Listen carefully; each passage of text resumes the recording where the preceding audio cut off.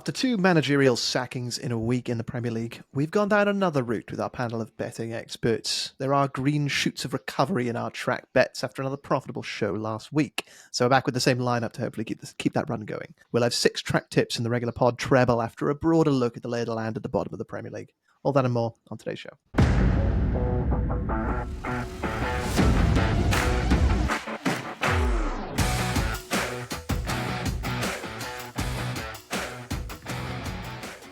Hello and welcome to the Football Betting Pod powered by Betting Expert. I'm your host, Daniele Jenkins, joined as ever by Betting Expert's football editor, Sam Ingram. How you doing, man? Hello, Dan. Yeah, all good. How are you? I'm good. It was honestly my best betting weekend of the season on this weekend, I think. So, yeah, definitely making up for very nice. What was a your very poor highlight? November. I mentioned the Brentford plus 1.5 last weekend. I was on a few of your pod bets as well, and it's just goals in the Premier League at the moment. They just keep coming, don't they? So, yeah, keeping that going. That's about right as well. But we'll see. I don't want to mention those on the pod in case they don't come in. Also joining us today, Daniele Fisichella. How you doing? Hello. Hi, everyone. All good. Thank you. Good. And once again, Scott Thornton. Hi everyone. Okey-doke. So, big news in the Premier League this week. 2 managerial dismissals on the same day. Was listening to Football Cliches on Tuesday, and they said that it's also the first day that 2 Premier League managers were sacked on the same day, whose names make up the name of another Premier League manager who has also been sacked in Martin O'Neill. So big changes coming at the bottom of the table. Sam, start with you.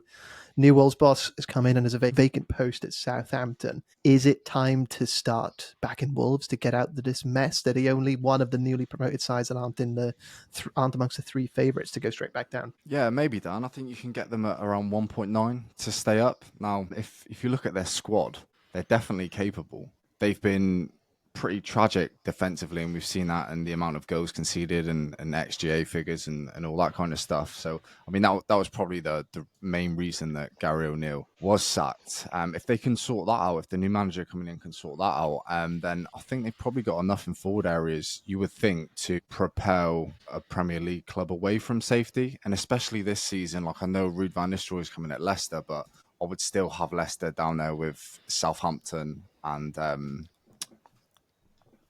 Ipswich. There we Ipswich go. Town, yeah. Those 2. I would still have those 3 bottom 3 for me. Leicester might have something to say about that, but I think Wolves can steer clear. And admittedly, I don't know anything about the new manager, so I'm not going to sit here and pretend I do.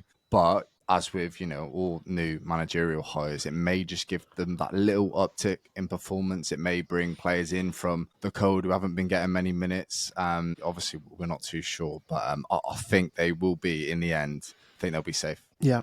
Daniele, throw this over to you. We'll speak about Serie A in a moment, but just on the Premier League, are you looking at Wolves right now? Betsy's given them a 51.3% chance of relegation, so a bit of a coin toss with Leicester City. Meanwhile, Southampton, 95.8% chance of relegation according to Betsy. So whoever gets that job, it's going to be a tough one. Well, managerial changes in the history of the Premier League have worked in 40% of the cases. There have been 91 times a team has changed the manager midway through the season. 36 times they avoided the relegation. Names like Sam Allardyce, Tony Park, Tony Pulis have all done it. But more recently, in recent years, this change of manager in the last few seasons hasn't quite worked. Only 3 times since 21-20, 22, of course, with Newcastle being one of them when they sacked Steve Bruce. So you would argue a team that was not destined to relegation anyway.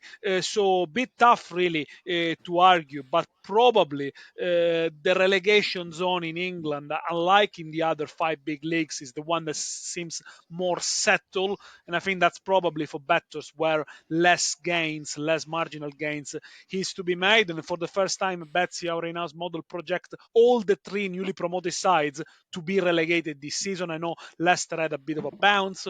We analyzed their expected goals, the goals they scored, perhaps a little bit more deceiving, but it looks like history is repeating. Yeah, that could be just the after effects of their managerial change as well for Leicester.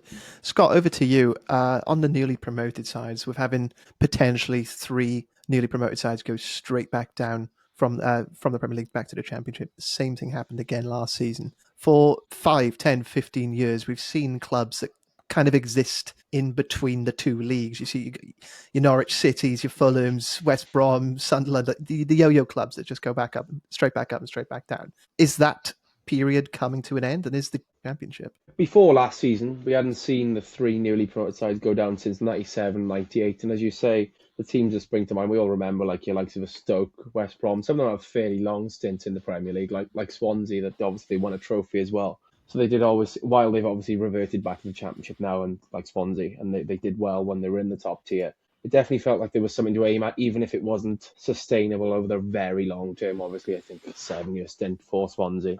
But yeah, it's sort of worrying, to be honest with you. If the golfing finances are becoming just too big to bridge. Obviously, Ipswich this year are on the back of 2 promotions, so it's hardly surprising. They've got a bit of Luton about them for me, where Luton very rarely rolled over last season, and Ipswich similar, but we really don't sort of see them staying up in the Premier League.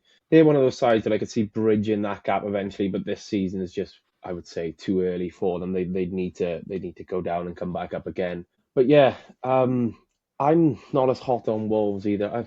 They've got a good squad, but their underlying data was very, very poor. There are some encouraging factors with Vitor Pereira. I don't pretend to have followed Al-Shabaab, I won't lie.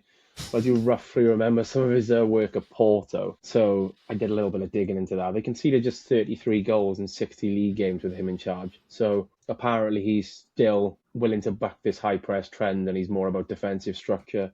I think they'll serve Wolves quite well, but their underlying data was very, very poor last season. They overperformed their XGA, conceding 65 from an XGA of around 76. Only Man United got luckier defensively. So that's definitely the area of concern. They probably do have the quality to stay up, but fixing those issues is definitely going to be a problem in the coming weeks. The games are coming thick and fast, just lack of time on the training pitch. They could quickly find themselves adrift. And I suppose for Wolves, Dan, sorry to jump in, is obviously with their really tough start to the season, they've already played all the big teams at least once already. So, that's already out of the way. So hopefully now with a new manager coming in and maybe an easier kind of looking schedule, it may do them all right. Yeah, we could see that the infamous new manager bounce come in. Daniele, throwing it back over to you. It's something we've seen in Serie A in the last few weeks with Genoa changing managers. Patrick Vieira coming in. He's had a big impact in a short space of time, hasn't he? And so are Lecce with Marco Giampaolo. Lecce 7 points in 4 games. Genoa 6 points in 4 games, still unbeaten. And the relegation fight is probably the fiercest in Europe top 5 leagues at the moment. Only 6 points separate Genoa, who's 13, to the bottom of the table, Venezia, who remarkably earned a 2-2 draw at Turin against Juventus. In none of the other 4 top 5 leagues in Europe, there is such a small gap. So that's why I think there is a big value for bettors for betting on the relegation market in Serie A, which is still available with most of the bookmakers and offers good odds. Apart from Venezia, everyone else, Monza, who last season finished 11, are priced at around 185, and everyone else is above that. So again, at odds against. But if you look at the dynamics, yes, Genoa completely rejuvenated. They are a teams that at the moment they try not to concede and to keep it tight. They haven't scored in the last 2 games. They only have 5 scorers in their teams so far, and they grind out a good 0-0 result at Milan. With Lecce is different. Giampaolo is a manager that likes to play expansive football, to attack, and they got the fighting spirit back to them. But if you look at the bottom of the table, Monza, probably the big negative surprise, 11 points fewer compared to last season. Como, only the first win since September. They won against Roma, but based on XG, they should be 9th. So again, a team full of great players, with Cesc Fabregas at the helm. Verona, second worst defense in Europe top 5 leagues, only behind Wolves, and they are projected to go down this season. And we talk about Verona and a bit later. And then you got Venezia, again, underperforming in expected points, -78. Cagliari, who last season got saved thanks to a very good home form that they don't seem to replicate this season. So again, there's a lot of value really in the relegation market right now in Italy. Yeah, just comparing the two, Betsy projections have 3 teams in the Premier League with 4 teams in the Premier League with a 50% chance or higher chance of getting relegation, 2 with an 80+% chance, and then just Everton out at 10%. Compare that to Italy, Serie A, you have 9 teams with 10% chance or higher and none above 80%. So all to play for in Serie A. So we'll see how that gets on. Let's get on with some bets. Sam, kick things off. Your first pick is on Brentford versus Nottingham Forest. Yeah, Brentford at home, Dan. So I'm hesitant to keep going over old ground on this podcast, and I'm sure the listeners will have heard most of these stats over and over because in fairness and in contrast to their away form, the data behind Brentford at home is pretty remarkable. So yeah, to avoid repeating myself and boring anyone, I'm going to fire off a few stats quickly surrounding Brentford at home. So no other team in the Premier League has returned as many points at home than Brentford. Brentford have won 22 of the 24 points available to them in front of home support. Over 2.5 goals has landed in 7 of 8 Brentford home matches. Thomas Frank's side has scored 6 more goals, 26, than the second highest scoring home team in Tottenham, who scored 20. The 18.0 XG created at home is higher than any other side's return on the underlying data. The home games at Gtech Stadium are averaging 5.00 goals per 90, and unsurprisingly, no team gets close to that in the Premier League. Wolves at home, 4.00 goals per 90 is the next best for the neutral, but that's still a full goal away from what we're witnessing in Brentford. So clearly, we like goals in Brentford, and the data doesn't really suggest that kind of stopping anytime soon. The main concern for me here is that Thomas Frank spoke about this during his pre-match press conference ahead of Newcastle in the EFL Cup yesterday on Tuesday.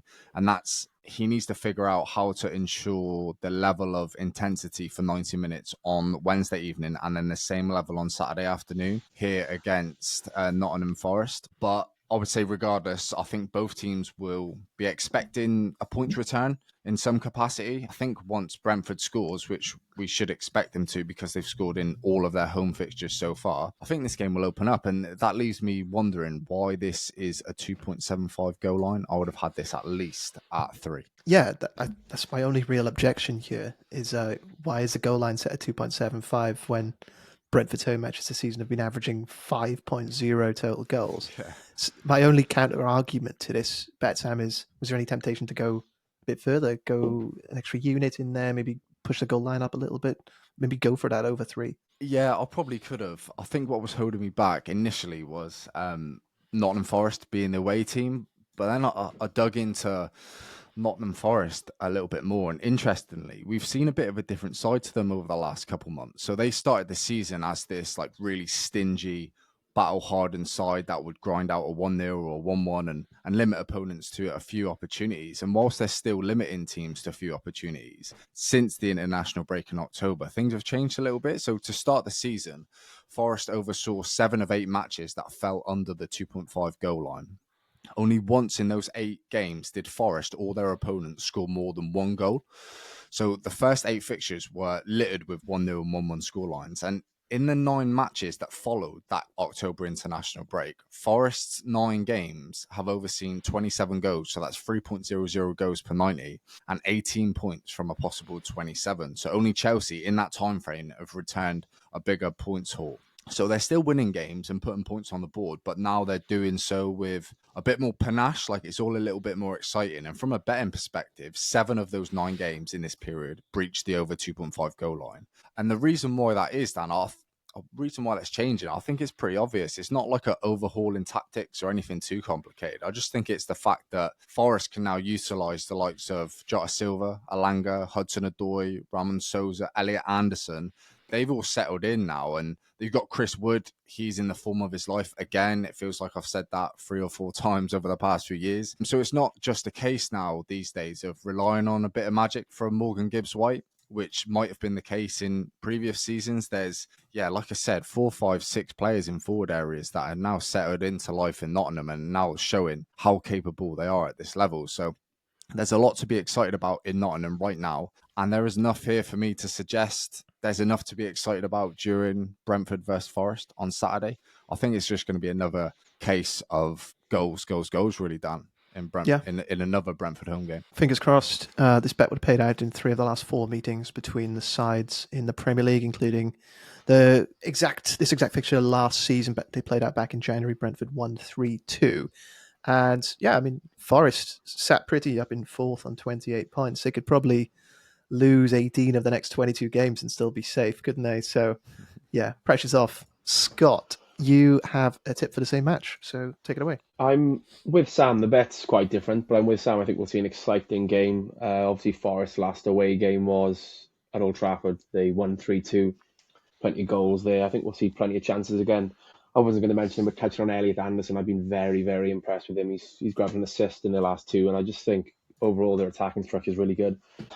My bet's based on Brentford. Obviously, Brentford, we have talked about them a hell of a lot. They've scored loads of goals at home and have just 3.25 per game. So as you'd expect, their shot tally is reasonably impressive. It's they're averaging 14 shots per game in front of their own fans. So as part of our bet builder here, we're going to back over 11.5 shots for Brentford and over 3.5 corners. No, it looks good. My only concern here is what if Forest bring an upset? You mentioned Brentford's home rec. We all know about Brentford's home record. You fancy the Bees to really take the match to them, but Forest have the 3rd best away record in the Premier League this season. They've won away at Anfield, and as you said, they won away at Old Trafford last week. Could there be a bit of an upset? Could we see Forest bring a surprise and dent Brentford's impressive home form? In terms of scoreline, we could definitely see an upset. Forest do have that capability, but then I dug into the Forest data against.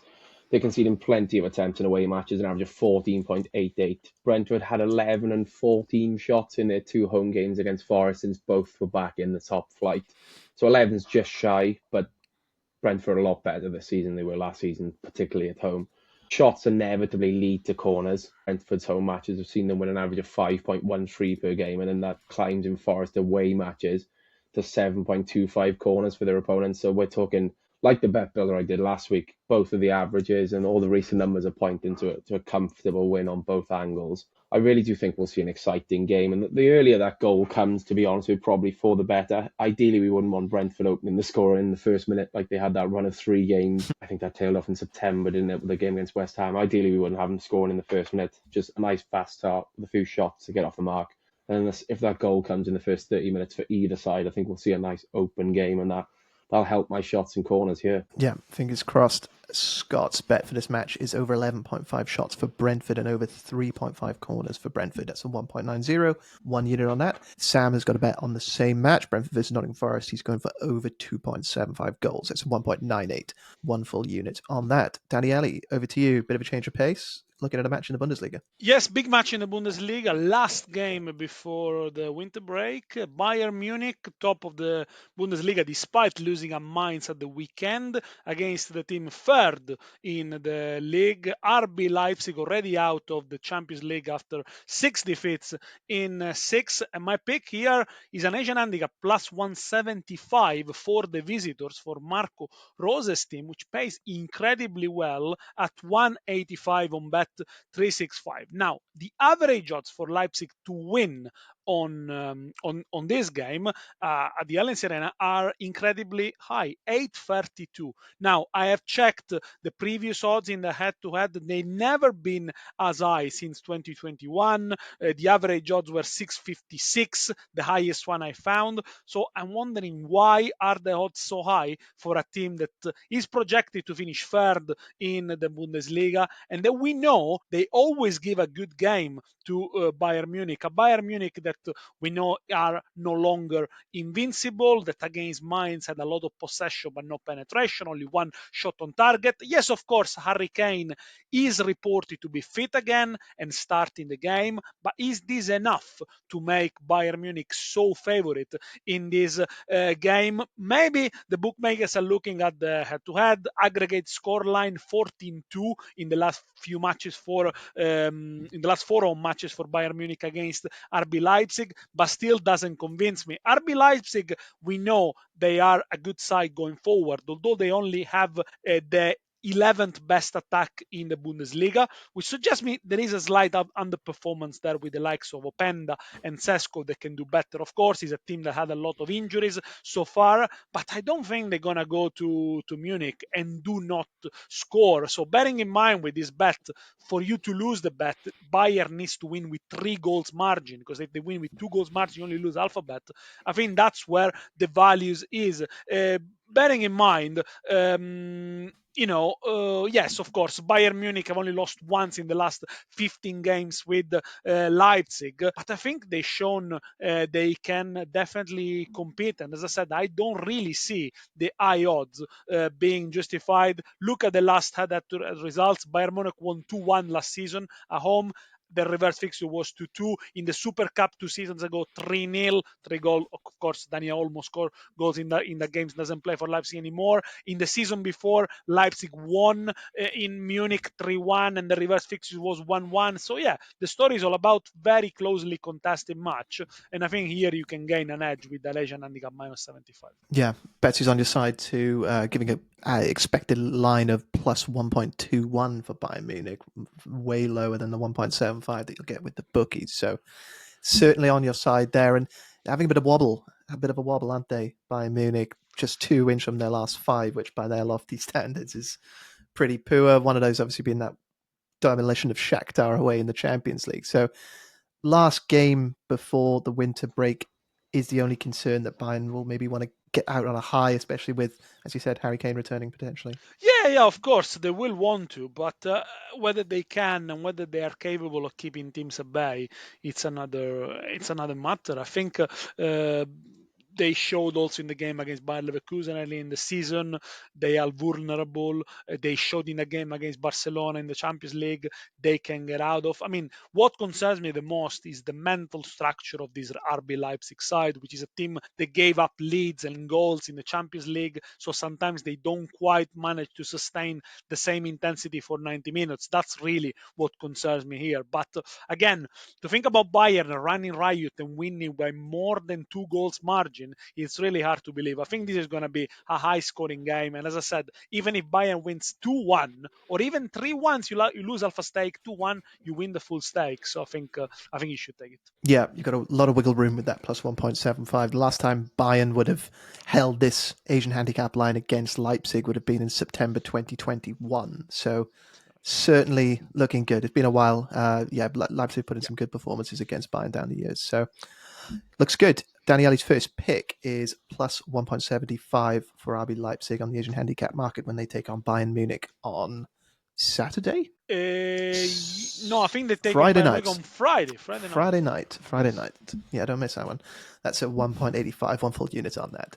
On to the rest of the bets. Sam, you're looking at Man United. Man United v Bournemouth, both teams are scoring over 2.5 goals at 1.83. So I backed the same bet in Bournemouth versus West Ham last week, and that stopped me from going 8 winners on the bounce across 3 podcasts. So I was pretty annoyed about that watching the game, because if you've watched the game, like how that had only 2 goals in the game was just absolutely incredible. Like, I think, I've got it here somewhere.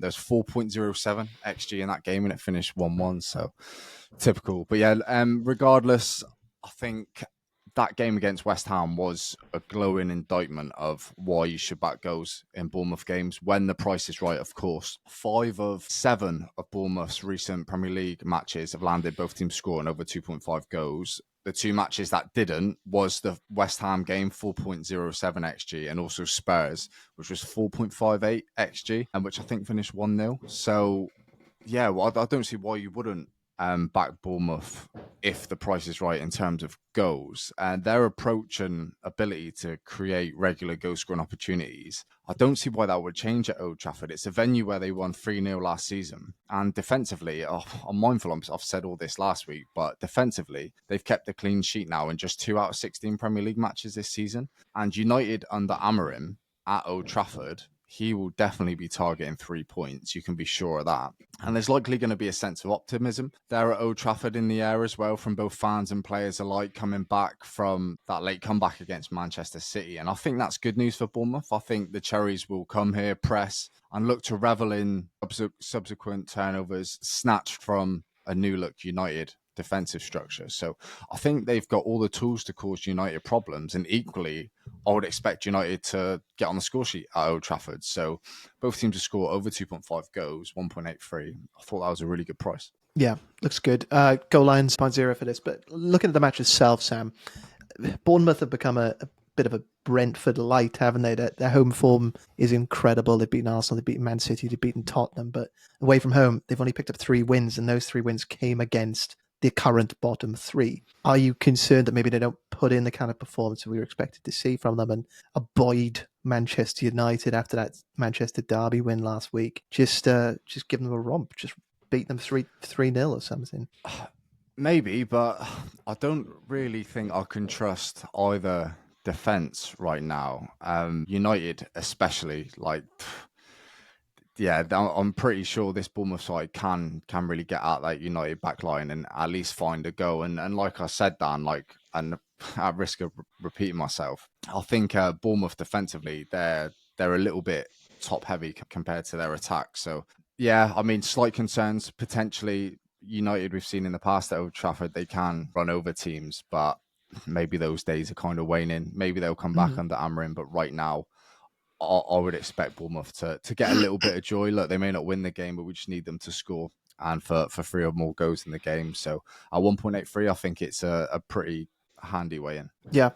Betsy's projecting 1.32 goals for Bournemouth in this game, with a 1.82 for United. So certainly on your side. Looks good. Fingers crossed, keep the run going, Sam. Both teams scoring over 2.5 in Man United versus Bournemouth. That's a 1.83. 1 unit on that. Daniele, back over to you for Verona versus AC Milan in Serie A. Another Friday night game, and this time at the Marcantonio Bentegodi in Verona. And my pick here is over 1.25 goals Asian line at 2.15 on Bet365. Explanation for who's not familiar. If there's only 1 goal in the first half, you lose half a stake. More than 1 goal in the first half, either way, you do win the full stake. And of course, this is at odd against. So let's start talking about Milan a little bit. The honeymoon period for Fonseca, it's truly over. The new manager, they're 14 points behind Atalanta. They drew 0-0 against Genoa. And there seems to be a general lack of discipline in the team. And the same Fonseca himself has been very, very vocal about what's not going on. He has accused players without naming or not basically making enough efforts, but we can all identify probably one of them like Rafael Leao or perhaps Theo Hernandez, who's been left out of the squad in the last game. But yeah, the question that looms with Milan is that why changing everything? Why changing manager? If at the end of the day it's always the same formation, 4-2-3-1, and actually Milan are stuttering up front. The injury of Pulisic seems to have hindered them. Morata and Abraham only scored 5 goals apiece so far this season, and the defensive frailties remain. However, this is a key game for Milan, also for Verona. I feel like whoever loses this one, probably the manager might get sacked. So, as we say in Italy, do not eat the panettone. It doesn't arrive to eat the panettone on Christmas Eve unless they had it before. So, actually, Verona manager saved himself with a win, a very unexpected win, 3-2 at Parma. But as I mentioned before, they share a very negative record, 39 goals conceded. Only Wolves have done worse. So, why the line over 1.25 goals in the first half? Because 63% of Verona goals have been conceded in the first half. Milan, as I mentioned, needs to go for it and needs to win. 6 out of 7 Milan away games have produced at least 3 goals. All of Verona home games have produced at least 3 goals. Verona, no surprise, will be bottom of the table only based on first half results. Not that Milan will be any better, but I think the urge to win, the urge to score probably is going to prevail. Very unlikely this season you will see Verona winning a game 1-0. It more likely be 2-1, 3-1, 3-2. They'll try to outscore the opposition. Can they outscore Milan here? I don't think so, but I think, yes, it's going to be a high-scoring game, this one. Yeah, looking good. You mentioned Christian Pulisic missing out from his last game there. He's had a good season, doesn't he? His absence, does that put more pressure on players like Rafael Leao to step up here? I know he scored a really good goal in the Champions League last week, which which I caught. Totally. Well, the pressure on Leao has been since a couple of years. It doesn't seem that he has progressed enough since he helped Milan to win the Scudetto. He doesn't seem to be a 15 goals per season striker, but he's so inconsistent and it changes from game to game. You just expect something more from him. But for the people who love stats, in the past 8 games, Rafael Leao in all competition has scored every other game. So one game he scored, one game he didn't score. He didn't score last weekend against Genoa. Not a bad price for him to score against Italy's worst defense this weekend. And by the way, he has scored against Verona in the past 2 seasons. But a quick word on Verona, who share a very strange record alongside Le Havre in Europe top 5 leagues, is one of the 2 all or nothing sides. They haven't drawn any single game this season, which is something very, very unusual. Looking back at the past 2 seasons, it never happened that 2 teams shared such a record in 2 of the 5 European leagues. Last year, Man United drew 0 games after 16, ended up with 6 draws. 2 years ago, Inter drew no games after 16 Serie A, ended up with 3 draws. The lack of draws spells danger, really, for these 2 teams, both Verona and Le Havre. Last season, they both drew 11 games, and that's what helped them, really, getting over the line and being saved. Whereas for Le Havre, the problem is that they concede far too many goals. Their expected goals against are off, so maybe there is a little bit of bad luck. For Verona, I think it's truly a regression to mean. Last season, looking at the expected points, they should have been relegated. Betsy projects them to finish in the bottom 3. Therefore, there is good value for backing them to be relegated at odds around 225 with a projected probability of 44%, really in line with what our model suggests. For Le Havre, it looks like the fight with Angers is going to be a little bit tighter. But again, I think the incapacity of grinding out a 1-1, a 2-2, a 0-0, that's really what spells danger for both, and for Verona in particular, in this game where I think they're going to be heavily beaten. Yeah, looks good. We'll keep an eye on the situation in Liga as well. But just to recap the Verona AC Milan bet, Daniele? The bet is over 1.25 goals Asian line in the first half at 2.15. Very much. Okie doke. Scott, over to you. Last bet of the show before we get to the pod treble. Aston Villa versus Manchester City. Yep, so back to something a little bit more familiar, and it's sort of an angle that I had success with last week with Villa versus Forest. We're back in under 26.5 shots and under 32.5 throws in this one as a double, which is 1.9, so we'll take a unit on that. Again, like last week, I expect both numbers to be quite low. City's struggles are scarcely believable at this point. I really don't know what to say. This morning you brought to my attention that Pep is now the second most likely manager to leave next, according to the betting markets. Admittedly, 5-1, quite a way off Lopetegui, but I don't see him being sacked at all. I just don't see that. But a complete head loss where he walks, I could see that in the next month. I can see that, yeah. Scott, I've got another stat for you before you carry on with the bet if you want it. So you mentioned the Asian handicap market a couple of weeks ago. City have won 1 of the last 13 Asian handicap lines in the Premier League. So that West Ham was the last I remember. What's the one since then? The one was Forest. They beat Forest 3-0. Of course, yeah. Well, that's incredible. It's on for an all-timer season. Even when they've won, they've laboured to it. They still play the same way. I don't expect them to play any differently, but just the lack of confidence combined with that sort of style of play makes them quite dry. They were so flat against United last week. Racked up 10 shots. They never really created anything. A set piece. I think there's a little bit of deflection on the Vardy goal as well in the build-up to it, I should say. I don't really see where the goals are coming from. But anyway, in terms of how that helps my bet, under 26.5 shots. Villa matches are quite scarce in terms of shots as well. But when you've got a Villa side that are really struggling to hit the heights of last season, I do like Villa as a team. A lot of their woes do come directly after Europe, so we weren't surprised to see them sort of fall short last weekend. I do expect them to be better at home. They beat City in this fixture last season, but I just don't think it's going to be swashbuckling. We've got a City side that are really dry, but good enough to keep the ball, obviously, that they haven't completely forgotten how to play football. There's been 26 shots or less in City's last 4 trips to Villa Park with an average of just 21.75. So again, under 26.5 looks fantastic. Last week, when we took unders, throws and shots, there were 25 shots and 16 throws. I just think we're going to see a very, very slow game again. Emery-sized matches have seen the fewest throws in the Premier League this season, an average of 24.88. City usually take that title. They have in the previous 3 seasons, but there's been an average of 28.69 in their games this season. So Southampton and Villa matches are now averaging fewer.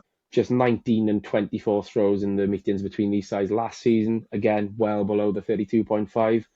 And there's been 32 throws or less in all 8 of Villa's home matches and 6 of 8 in City's away matches. So I really think we could see both lines go way lower here. I'd be tempted to look at the lower lines. So to take, even though if the team news is quite poor for City, where we're getting sort of a makeshift defence again. I don't think we'll get Nunez at fullback after the calamity there was last week.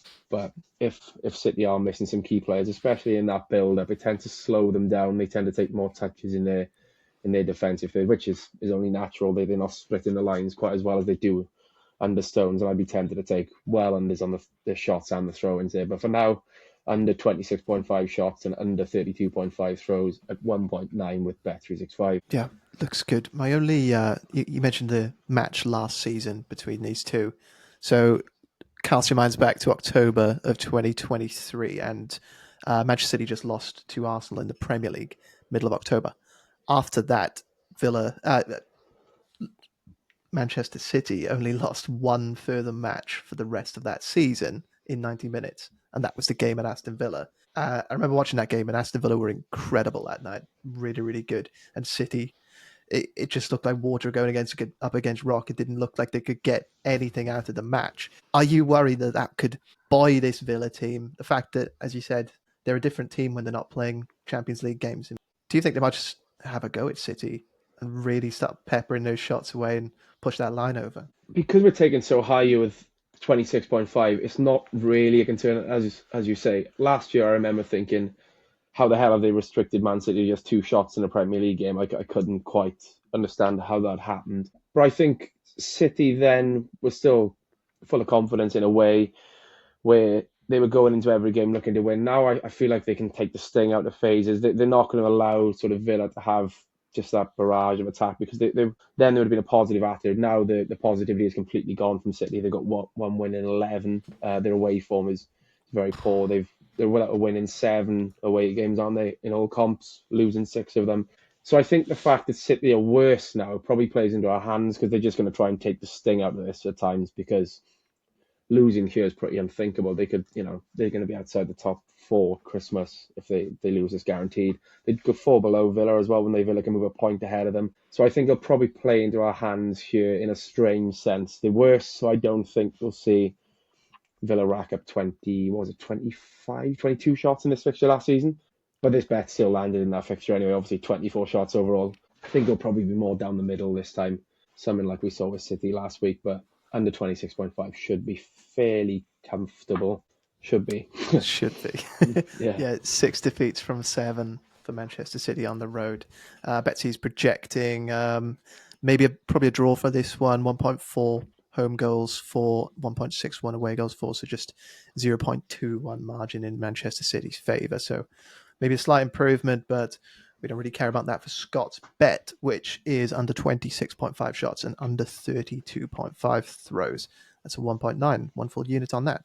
So let's get on with the treble. Sam, the sole winner last week for the treble. Do you want to offer up your pick for this week? Yeah, so I'm going into the Championship this week, Millwall versus Blackburn. I'm going with Blackburn Rovers plus 0.25 Asian handicap. That's at 1.92. So Blackburn even, they are on a roll. They are the Championship's most informed team.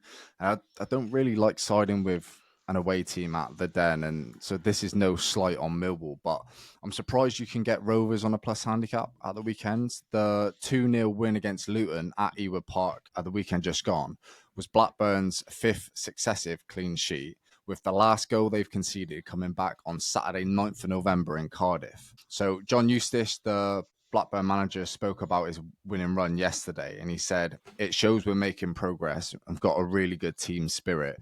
It shows we have players who can play football, and when they need to, we can really dig in. And everyone knows their jobs. We have no egos in the group. Everyone can't wait for the next game. So it sounds like the squad are loving it. They're playing good football in forward areas, really impressive. Defensively, very, very impressive. 6 wins on the bounce, 18 points from 18, 5 consecutive clean sheets in a row, 4 consecutive away wins. Blackburn have beaten Middlesbrough away, Leeds at home, Luton at Ewood Park on the weekend. Plus, they've won at Hull, Cardiff and Sheffield Wednesday in this run. So it's all really impressive. And considering Neil Harris's last game in the Millwall dugout was at the weekend, so he's now gone, and Blackburn's current form and the data that underpins it, Rovers on a plus 0.25 Asian handicap, half profits in the event of a draw as a single and for the purposes of the pod. I think it's a brilliant bet, so I'll take that on, no problem. Yeah, looks good. So you're entering that into the pod and you're tracking it as a separate single as well. Will do, yeah.